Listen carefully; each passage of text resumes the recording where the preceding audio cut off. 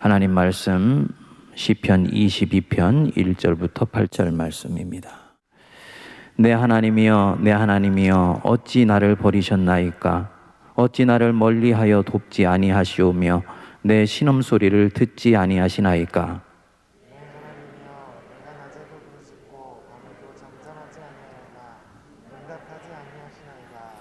이스라엘의 찬송 중에 계시는 주여 주는 거룩하시니이다.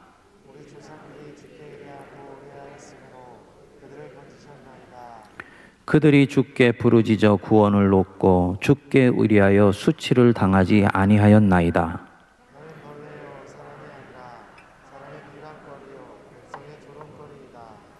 나를 보는 자는 다 나를 비웃으며 입술을 삐죽거리고 머리를 흔들며 말하되 같이요 그가 여호와께 의탁하니 구원하실 걸 그를 기뻐하시니 건지실 걸 하나이다. 아멘. 여러분, 삶은 절대로 단순하지 않습니다. 계절에도 사계절이 있듯이 인생 안에도 생명이 돋아나는 봄이 있고 돋아난 그 생명이 왕성하게 피어나는 여름이 있고 그리고 이제 그 생명이 결실을 하면서 다가오는 겨울을 바라보며 허전함을 느끼는 가을, 중년기가 있습니다.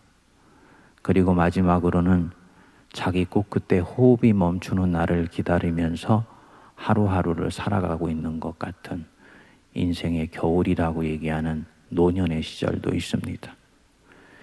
인생의 이 사계절이 있듯이 이 사계절 안에서도 많은 변수가 있지요. 가을의 한 계곡 생각해 보시죠. 아름다운 단풍, 맑게 흐르는 개울물, 생명을 연상하게 하고 그리고 인생의 아름다움을 떠올립니다. 그렇지만 그 계곡 끝에는 한 발만 발을 헛디디는 낭떠러지가 있고요. 그리고 그 맑게 흐르며 생명을 살리는 그 물 같지만 그 물은 또한 사람을 삼키울 수도 있는 죽음을 또한 품고 있습니다. 인생이 바로 이와 같아서 인생이라는 것들은 절대로 단순하지 않고 대단히 때로는 혼란스럽고 때로는 복잡하고 때로는 오묘하기도 합니다. 남편이 열심히 일을 해서 승진을 해가지고 돌아왔어요. 아이들에게 아내는 얘기합니다. 얘들아, 인생은 아름다운 거야. 노력한 만큼 얼마든지 이렇게 대가를 얻을 수 있는 거야 하고 자녀들에게 말했는데 다음날 그렇게 출근한 남편이 저녁에 이 아내 앞에 싸늘한 시선으로 누워있는 것을 봅니다. 그게 인생입니다. 일한 만큼 보상이 따르는 정직한 게임이라고 생각했는데 수백 통의 이력서를 넣어도 어느 한 곳에서 면접 보자는 연락이 오지를 않습니다. 이 청년, 이 젊은이에게 인생은 그런 거예요. 사기를 당해서 빚더미에 올라서 살던 제 집에서 하루아침에 쫓겨났다. 코로나가 있기 전에는 그럭저럭 작은 한 빌딩의 구석에서 소위 가게를 하면서 그렇게 오손도손 살아가고 있었는데 어느 날 코로나로 인해 문을 닫고 뭘 먹어야 될지 어떻게 살아야 될지 막막하게 됐어요. 중소상공인에게 그 인생이라는 것은 굉장히 황량한 것이죠. 이들 앞에 인생은 굉장히 혼란스럽습니다. 성도님들 중에서도 이런 혼란을 지금도 겪고 있고 또 이런 혼란을 지나온 분들도 계실 것입니다. 바로 이런 상태에 있을 때를 일컬어서 우리는 그 사람의 존재가 완전히 바닥을 치고 있다라고 얘기를 하는 거지요. 되게 이런 때에는 말이 나오지를 않습니다.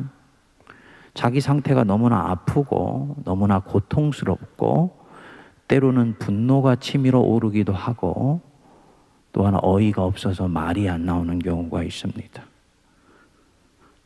부부가 장로이신 한 아주 신실한 두 장로님 가정에 상이 났다고 해서 달려갔어요.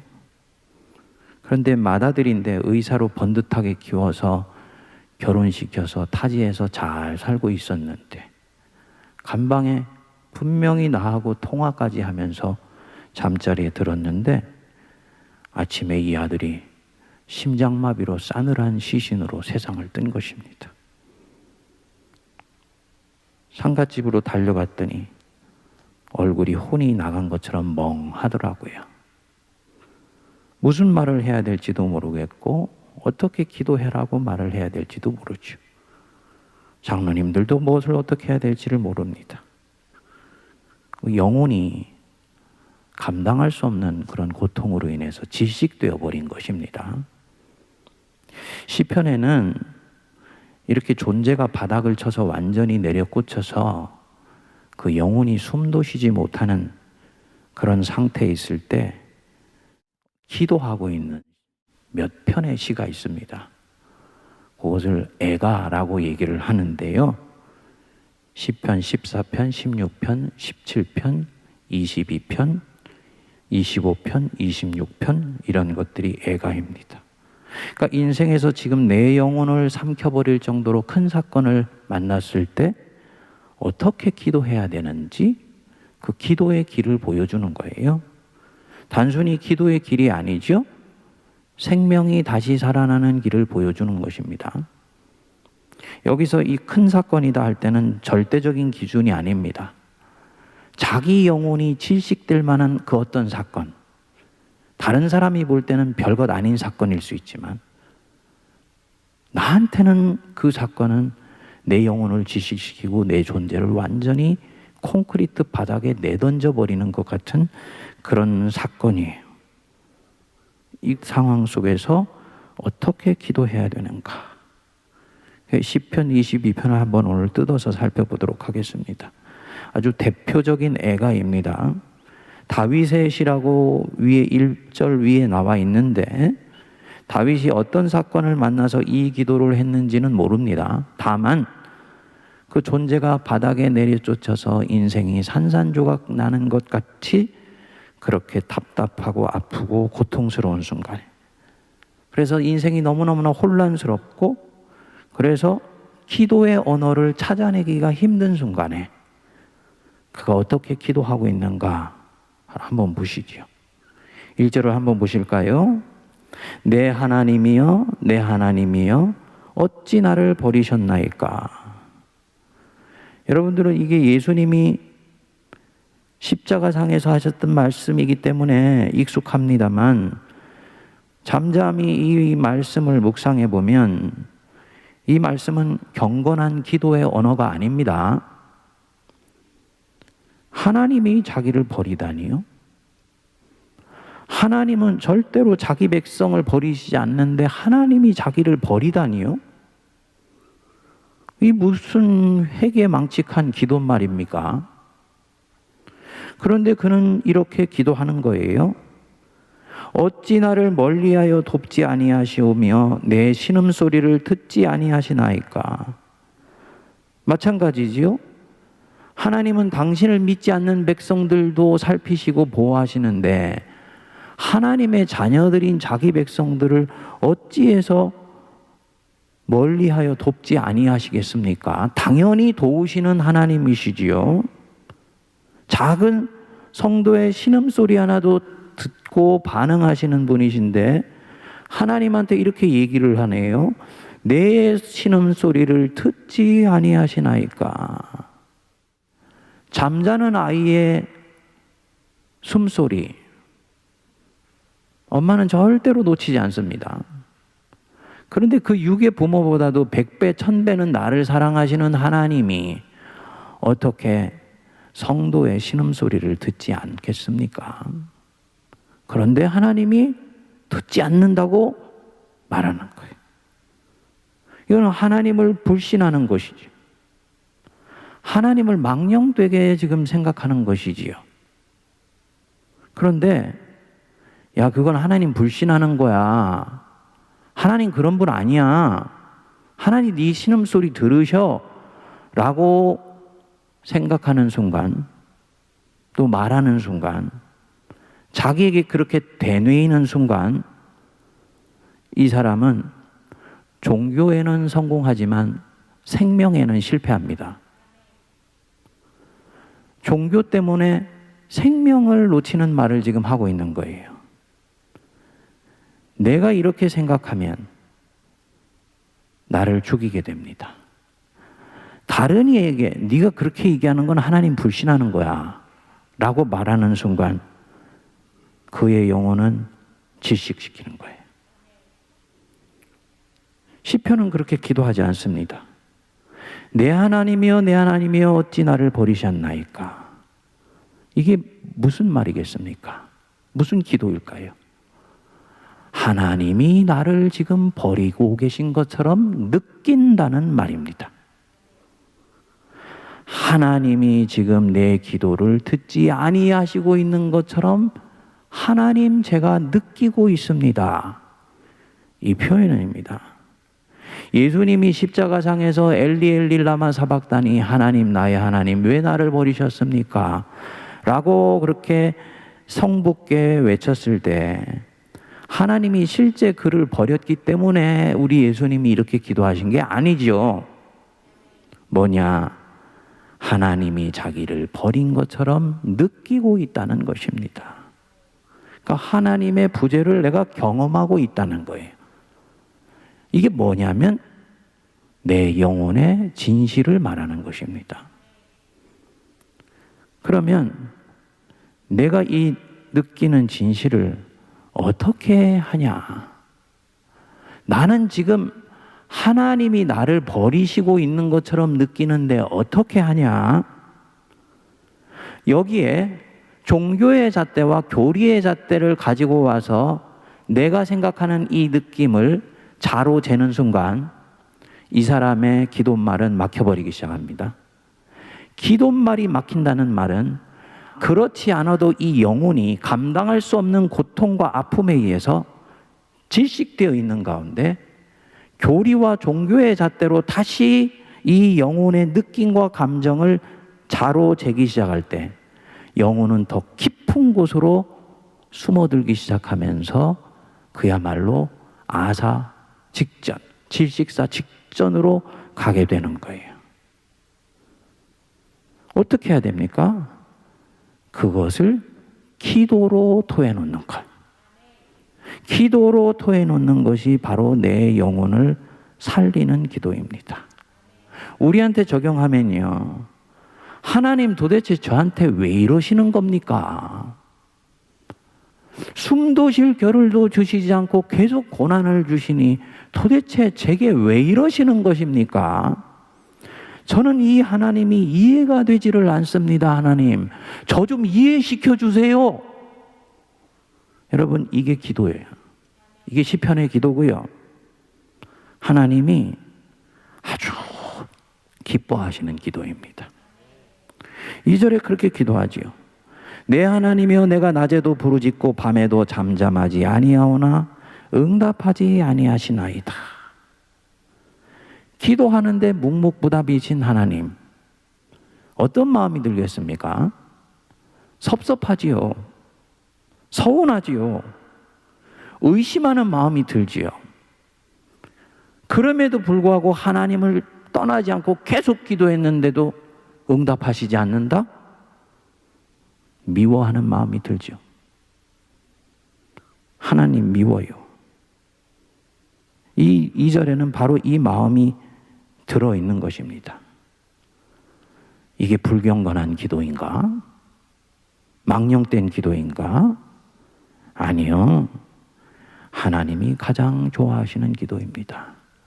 왜냐하면 자기 백성 속에 있는 영혼, 당신께서 그 무엇보다도 소중히 여기는 그 영혼을 살리는 기도를 자기 백성이 하고 있기 때문이에요. 어떤 감당할 수 없는 사건에 의해서 영혼이 질식되어다는데 그 순간에 자기 안에 숨지도 않고 도망가지도 않고 어찌 되었건 이 문제를 하나님 살아계시다고 믿고 가지고 와서 하나님과 함께 씨름하는 그 기도로 우리 지금 주님이 얼마나 좋아하시는지 모릅니다. 그리고 무엇보다 중요한 거예요.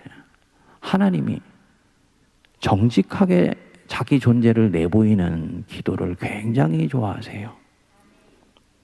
하나님께 정직한 것을 좋아하십니다. 부모가 어떤 한 어린아이를 데리고 서커스를 구경하러 갔다가 인파가 너무 많아서 그만 지나가는 인파에 아이의 손을 놓쳐버렸습니다. 부모가 온 그 서커스장을 다 헤매다가 2시간 만에 결국은 아이를 찾아냈지요. 부모도 놀랐겠지만 아이가 받은 정신적인 충격이 얼마나 컸겠습니까? 이때 아이가 가장 온당하게 반응하는 말이 뭘까요? 엄마, 아빠, 나를 찾아내어줘서 고마워요. 이렇게 반응해야 되나요? 엄마, 아빠, 저 2시간 동안 무척 힘들었지만 이렇게 만날 줄 알았어요. 이게 믿음이 실린 반응이죠, 그렇죠? 근데 이게 정직한 반응입니까? 아니지요. 놀란 가슴 그대로 드러내면서 얼굴에 눈물이 범벅이 되어서 말해야죠. 엄마, 아빠, 왜 내 손 놓쳤어? 엄마, 아빠 미워! 근데 이게 진짜 밉다는 말이에요? 만나서 너무 좋다는 말이에요. 내 미운 감정을 표현할 수 있는, 나의 원색적이고 원초적인 감정을 표현할 수 있는 내 아버지, 엄마를 다시 갖게 된 것이 너무너무나 감사하다는 말입니다. 그리고 이게 아이의 가장 바른 반응입니다. 그리고 이 엄마, 아빠도 아이가 그렇게 반응하는 것을 바래요. 내가 너를 찾는다고 얼마나 우리가 고생했는데 너 버르장머리 없이 그렇게 말하니? 이렇게 말씀하지 않는다고요. 만일에 내가 하나님께 그렇게 반응하려고 그러고 하나님이 내게 그런 반응을 기대한다고 생각한다면 그것은 교리적으로 반응하는 것이고 경건하게 반응하신 걸 수는 있지만 영혼을 살리는 그런 반응은 아닌 것입니다. 왜 나를 버리는 것입니까? 왜 내 신음소리를 듣지 아니하시는 것입니까? 하나님 앞에 솔직하게 나가는 것 가장 좋아하십니다. 꼭 이 고통스럽거나 존재가 바닥을 친 상황뿐만이 아니지요. 그렇죠. 내 믿음이 식었을 때도 마찬가지예요. 예. 여러분, 제가 이제 50대 후반이지 않습니까? 이상한 제 안에 이렇게 이렇게 증상을 발견을 합니다. 여러분, 목사가 이런 얘기한다고 시험에 들지 마십시오. 사는 게 재미가 없어요. 근데 인생의 선배들이 참 고맙더라고. 누구한테 그러겠더니, 아이고 목사님 갱년기시네요. 맞죠? 갱년기 때는 사는 게 재미가 없대요. 예? 이게 뭐 하나님을 사랑하지 않아서 그럽니까? 목양에 대한 열망이 없어서 그런가요? 아니지요. 그렇죠? 예. 근데 이런 때 되게 되면 주님에 대한 나의 마음이 느슨해지죠. 그리고 내가 나를 정죄하지요. 내가 사는 게 재미없어진 거 보니까 믿음이 떨어진 것 같다. 아유, 주님께 죄송해. 이 마음을 갖는 건 좋은데 자칫 이것이 잘못 핸들링 되면 주님을 내가 꼭 붙들었던 그 마음이 스르르 손을 놓게 돼요. 이런 때 주님은 어떻게 기도하는 걸 좋아하시겠습니까? 하나님, 저 요즘 사는 게 통 재미가 없는데 어떻게 해야 되는 것입니까? 그 존재의 바닥에서 일어나는 가장 솔직한 정서를 주님 굉장히 좋아하십니까? 하나님께만 이런 것이 아니지요. 자기 자신에게도 마찬가지입니다. 6절 한번 보십시오. 나는 벌레요 사람이 아니라 사람의 비방거리요 백성의 조롱거리이니다.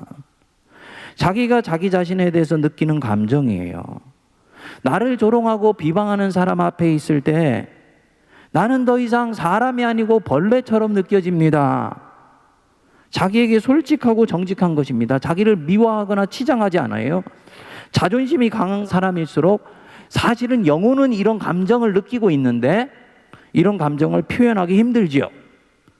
내 영혼의 진실과 표현에 찾아내는 언어의 표현이 거리가 클수록 그 영혼은 이 존재가 바닥을 친 가운데서 다시 소생해 나가는데 굉장히 오랜 시간이 걸립니다. 근데 이 시편은 그렇게 기도하지 말라는 거예요. 네가 세상에서는 군왕이지만 네가 너를 볼 때는 벌레처럼 느껴지냐? 그러면 나는 벌레요 세상의 지푸라기 같은 자니이다 라고 하나님한테 기도하라는 것입니다. 그러니까 자기 존재의 상태를 있는 그대로 드러내보라는 거예요. 근데 우리는 그렇게 안 하죠. 자기가 만들어 놓은 상자, 박스 안에 갇혀 있고요. 세상이 나에게 씌워준 틀에 딱 갇혀 있습니다. 그래서 거기에서 나오려고 하지 않아요. 속은 아픈데 겉으로는 웃죠. 속은 두려운데 그렇게 밖으로 보이면 사람들이 나를 약하게 보니까 겉으로는 안 그런 척합니다. 가면을 쓰고 있는 것입니다. 문제는 뭐냐? 그 영혼은 그 가면 속에서 질식되는 거예요. 박스에 갇혀서 점점 썩어가게 됩니다. 그리고 나중에는 더 큰 일이 생깁니다. 꼭 기억하십시오. 잘 다뤄지지 않고 치유되지 않은 상처는 반드시 시간이 지나면 누군가를 상하게 만들게 되어 있습니다. 뻗어나올 구멍을 찾다가 그것이 다른 자기보다 약한 사람을 사냥감으로 노략질하기도 하고, 밖에서 대상을 찾지 못하면 자기 안으로 찾아 들어가서 자기를 해하게 돼요. 내가 지금 벌레 같다 싶으면 하나님, 저 벌레예요. 자기 감정을 자제하거나 억누르지 마시기 바랍니다. 내 감정에 솔직하려고 하면 멍에서 무슨 말을 하려고 했던지 몰랐던 사람이요, 서서히 내게 이미지가 떠오르게 되고 그것을 언어로 말할 수 있기 시작을 합니다. 자기 자신에서 가만히 들여다보니 내가 꼭 벌레 같네. 이 이미지가 내게 떠올랐다는 자체가 자기 영혼의 진실을 표현할 수 있는 언어를 찾아내었기 때문에 이 영혼은 이제부터 다시 싹을 틔우기 시작하는 것입니다. 시편 6편 6절에 보면 이렇게 다윗이 기도합니다. 내가 탄식함으로 피곤하여 밤마다 눈물로 내 침상을 띄우며 내 요를 적신하이다. 자기 슬픔을 고백하는 건데요, 자기 현실을 가만히 들여다보니까 날마다 흐르는 이 눈물이 마치 내가 자고 있는 이 요를 헝건히 적시는 것 같아. 그 이미지, 떠오르는 이미지 그대로 하나님 앞에 올려드리는 거지요. 그리고 이 기도가 나오면 이 영혼은 조금씩 슬픔으로부터 노임받기 시작을 합니다. 예. 영혼이 자기 존재에 걸맞는 언어를 찾아내었기 때문이에요. 목사가 설교를 하다 보면요, 자주 빠지는 함정이 있는데요, 자기가 갖고 있는 존재보다도 큰 언어를 사용하는 경우가 왕왕 있습니다. 그럼 문제는 뭐냐? 자기가 실제로 그런 사람이라고 생각을 하게 됩니다. 여기서요, 영혼과 존재 사이에 괴리가 생기게 되죠. 자기를 과대포장하게 됩니다. 뒤집어서 얘기를 하면요, 내 존재에 가장 걸맞는 그 어떤 언어를 내가 하나님 앞에 정직한 가운데에서 나를 들여다보면서 찾아내게 되면요, 내가 주님 앞에 태워놓는 이 기도는 나를 해방시키는 힘이 있습니다. 예, 굉장히 중요한 부분입니다. 그래서 첫 번째로는 하나님께 솔직하고, 두 번째로는 자기 자신에게 솔직하며, 세 번째로는 다른 이에 대한 감정에서 솔직합니다. 7절 한번 보실까요? 나를 보는 자는 다 나를 비웃으며 입술을 삐죽거리고 머리를 흔들며 말하되. 뭐 하고 있는 것입니까? 한편으로는 자기를 고통스럽게 하는 사람을 하나님께 일러 바치는 거지요. 다른 한편으로는 하나님이 나를 구원하실 것이라고 사람들은 얘기하는데 하나님 왜 거기 가만히 계신 것입니까? 자기 외로움을 하나님한테 토하는 것입니다. 이 시편에서는 나를 고통스럽게 하는 사람을 원수라고 자주 얘기를 합니다. 근데 얼마나 그 원수를 소위 고발하는 말이 원색적인지 몰라요. 109편 13절에 보면 이렇게 나옵니다. 그의 자손이 끊어지게 하시며 후대에 그들의 이름이 지워지게 하소서. 무서운 저주를 하는 거지요. 평상시에 이렇게 말하면 죄악입니다. 하지만 하나님께 기도하는 말로는 절대로 죄가 되지 않습니다. 목사님이 그걸 어떻게 아십니까? 시편에서 그렇게 기도하니까. 성경이 그렇게 기도하고 있으니까요. 그리고 또 이 기도를 권하잖아요. 좋은 기도라는 거예요. 왜냐? 너를 고통스럽게 하는 그 원수에 대한 그 저주함과 증오하는 마음은 네 영혼의 진실이야. 그것은 지금 너에게 넘어갈 수 없는 마수거리가 되어 있어. 그럼 그것을 어딘가는 뿜어내어 줘야 되거든요. 하나님은 그 증오심을 받으시겠다는 것입니다. 그래서 하나님한테 이 부분을 표현하는 것은요, 굉장히 소중한 기도 말입니다. 주의하십시오.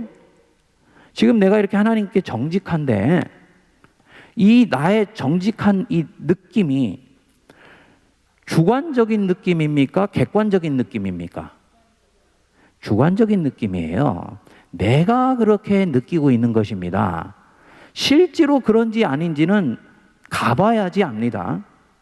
그때는 내가 죽을 것 같았는데 지나고 보니까 내가 바보스러웠네. 그런 경우 있지요? 그때 그 죽을 것 같았던 느낌 무엇입니까? 주관적인 감정이고 느낌이에요. 그렇기 때문에 이것은 하나님께만 토해내야 되는 것이지 사람들에게 가져서 내가 이런 감정 가지고 있다고 얘기를 하는 순간 굉장히 어려워지는 상황이 될 수 있습니다. 원수를 증오하는 마음이 있어요. 이거 주관적인 느낌입니까? 객관적인 느낌입니까? 주관적인 느낌이에요. 이 증오심 주님이 나무라지 않으세요. 하지만 이것을 사람에게 공동체에게 가져가는 순간 이것은 파괴적인 감정이 됩니다. 이 부분에서는 우리가 주의해야지 되는 것이죠. 대개 성도들 중에 기도를 많이 하시는 분은 기도가 이분에게는 이미 현실이 되어 있기 때문에 기도 속에서 만나는 현실이 바로 객관적 현실이라고 생각하면서 마구 이것을 서로 가지고 왔다 갔다 하는 경우들이 있습니다. 공동체를 자칫하면 파괴하게 되는 이런 경우가 생기는 것이죠. 기도는, 이 모든 기도는 하나님께 가져가라고 지금 있는 것입니다. 그래서 이 기도가 하나님 앞에 다소곳이 내 마음이 가져가게 되면 혼란스러운 내 영혼을 정리시켜줘서 영혼의 질서가 찾아오게 됩니다. 그리고 시간이 지나면서 마음에 새로운 샘물이 퐁퐁퐁퐁 솟아나기 시작해요. 고통스러운 상황을 뚫고 새로운 인간성이 어느 날인가 탁 싹을 틉니다. 시편 22편 서두에서 이렇게 하나님을 원망하며 자기의 신세를 한탄했던 사람이 기도가 진행되면서 어떻게 됩니까? 22절 보십시오.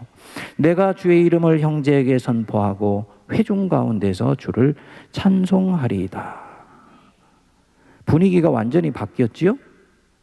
어둠에서 밝음으로, 죽음에서 생명으로, 부정에서 긍정으로 무드가 완전히 바뀌었어요. 24절에 보시면 그는 곤고한 자의 곤고를 멸시하거나 싫어하지 아니하시며 그의 얼굴을 그에게서 숨기지 아니하시고 그가 울부짖을 때 들으셨도다.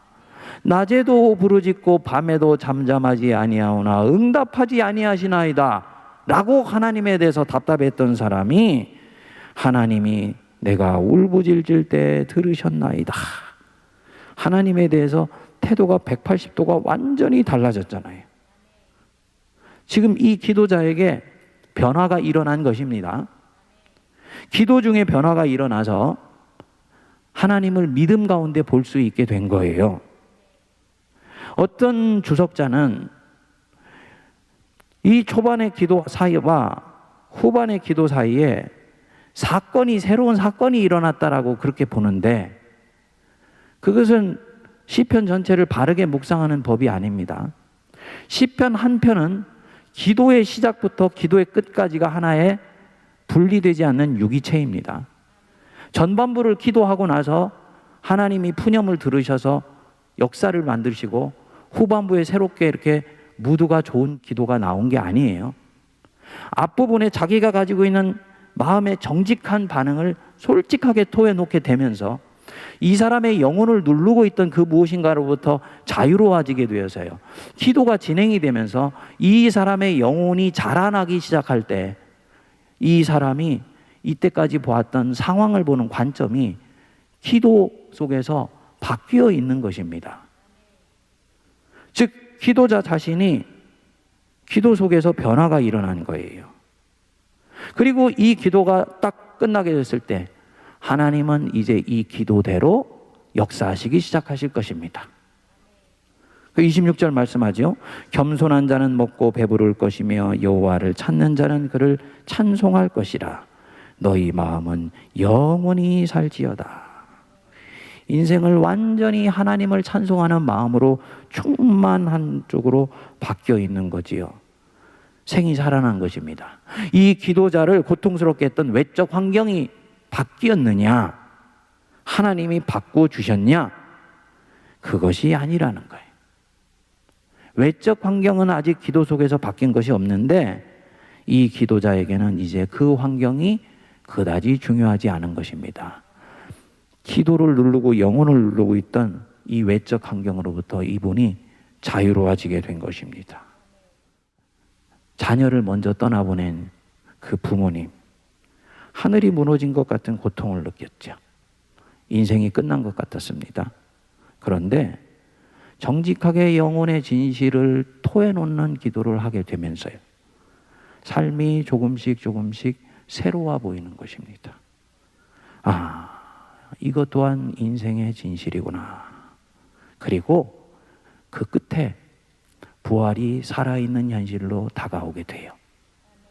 그래, 아들의 육신은 먼저 보냈지만 내 이 믿음의 걸음 끝에 나는 내 아들을 부활 속에서 볼 수 있는 거야.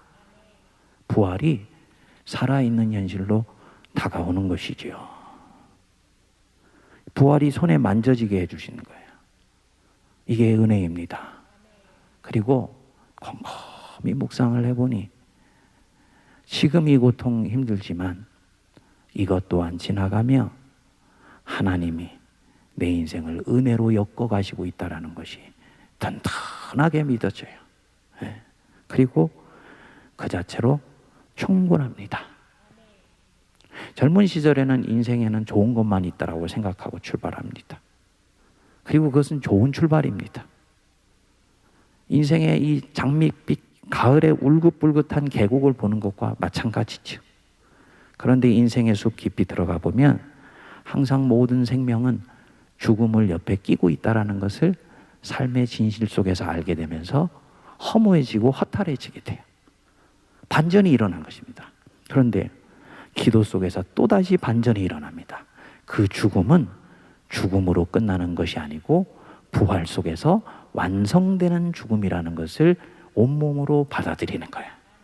그래서 마지막에 주님, 인생은 주님의 은혜 때문에 아름다운 것입니다 라고 고백하고 천국으로 들어가는 거지요. 이 모든 기도를 가능하게 하는 것은 결국 내 영혼의 진실이었다.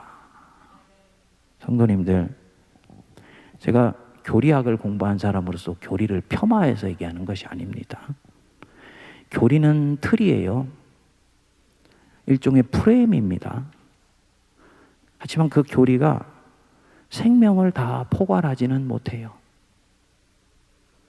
근데 이 교리라는 틀에 갇혀서 내 영혼의 진실을 외면하면 그것이 종교가 됩니다. 그리고 이 종교가 결국은 내 영혼을 자꾸 질식시키게 된 거예요. 그래서 틀은 단순할수록 좋은 것입니다. 가장 좋은 것은 영혼을 마음껏 풀어헤칠 수 있는 단순함이 있으면서 그 안에서 성령이 역사하는 거예요. 네. 우리 금요일 밤 기도회의 순서가 단순하게 짜여져 있는 부분들이 바로 이런 부분들이죠. 우리 오늘 함께 기도할 때 우리 영혼의 자유함을 누리는 기도를 할 수 있게 되기를 바랍니다. 우리 묻고 있는 것 있지요? 저한테도 묻고 있는 것이 있어요. 이상학 목사에 좀 사는 게 별로 재미가 없습니다. 저는 오늘 기도할 겁니다. 주님, 사는 게 재미없는데 이거 어떻게 해야 됩니까? 주님이 음성 들려주실 줄 믿습니다. 또 저보다 먼저 이 걸음 가신 50대 후반을 넘어가신 우리 인생의 선배들 되시는 여러분들, 또 우리 장로님들, 저한테 좀 좋은 팁을 주셔도 좋습니다. 각자 가지고 있는 마음에 묶여 있는 것, 내 영혼을 질식시키는 것, 내가 가장 정직하게 주님 앞에 내어놓으면서 간절하면서 깊은 부분에서 은혜로 올라오는 그 기도의 말 붙들고 하나님께 나아가게 되길 바랍니다.